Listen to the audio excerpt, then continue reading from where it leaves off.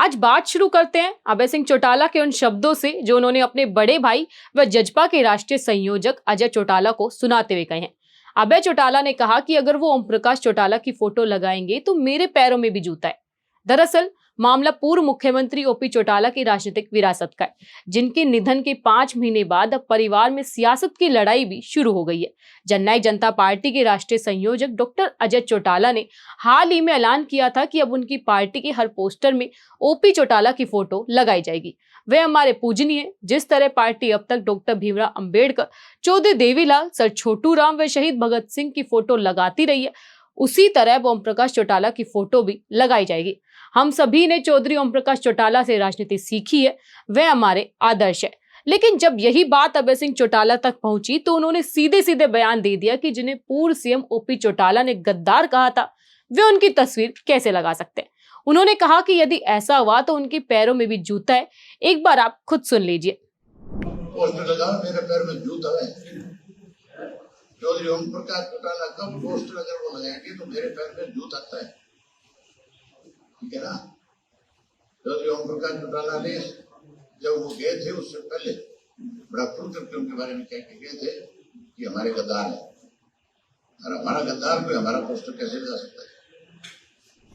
राजनीति की जानकारों की माने तो जेजेपी को अब अपने जनाधार के खिसकने का डर सताने लगा है। 2024 के विधानसभा चुनाव में पार्टी का प्रदर्शन बेहद कमजोर रहा और अब पार्टी अस्तित्व की लड़ाई लड़ रही है। जेजेपी को लगता है कि शायद ओपी चौटाला के नाम के सहारे उनकी नैया पार हो जाए, इसी वजह से उन्होंने यह फैसला लिया है। इस फैसले के पीछे एक बड़ी वजह यह भी है कि अतीत में जजपा पर ओपी चौटाला का अनादर करने के आरोप भी लगते रहे। दूसरी ओर अभय चौटाला ओपी चौटाला के निधन के बाद पूरी तरह से इनेलो की कमान संभाल चुके हैं। याद दिला दे कि ओपी चौटाला का निधन 20 दिसंबर 2024 को हुआ था। हालांकि अंतिम विदाई में पूरा परिवार एक साथ नजर आया था, लेकिन राजनीतिक दूरी बरकरार रही थी। परंपरा से हटकर सामाजिक पगड़ी बड़े भाई की बजाय छोटे भाई अभय सिंह चौटाला के सिर बंधी थी। परिवार में फूट की शुरुआत 2013 में जेबीटी घोटाले से हुई, जब ओपी और अजय को जेल जाना पड़ा था। इसके बाद दुष्यंत चौटाला की अपने चाचा अभय सिंह चौटाला से पटरी नहीं बैठी। इनेलो में फूट पड़ी तो जजपा अस्तित्व में आ गई। विधानसभा में पहली बार उतरी इस नई पार्टी को जब 2019 में 10 सीटों पर जीत मिली तो दुष्यंत हीरो बन गए। लेकिन भाजपा से अलग होते ही 2024 में वह और उनकी पार्टी जीरो हो गई।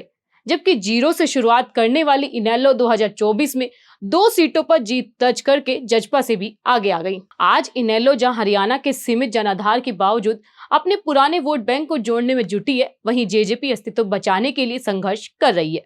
लेकिन ओम प्रकाश चौटाला की विरासत की सियासत पर शायद ही जजपा का कब्जा हो पाए, क्योंकि इनेलो को ही ओपी चौटाला की विरासत की सियासत संभालने वाली पार्टी माना जाता है। जजपा ने ओपी चौटाला को याद तो किया मगर देर कर दी। देखना है देरी से की गई भूल सुधार कुछ असर करेगी या नहीं। हमारा निष्कर्ष साफ है कि लड़ाई सिर्फ ओपी चौटाला की तस्वीर की नहीं है, यह लड़ाई है दोनों पार्टियों की सियासी पहचान और अस्तित्व को बचाने की। चाहे बात इनेलो की हो या जजपा की, आज हरियाणा की राजनीति में दोनों पार्टियां हाशिए पर है। आज के इस खबर में इतना ही। आपकी क्या राय है इस खबर पर कमेंट बॉक्स में जाकर बताइए जरूर। धन्यवाद।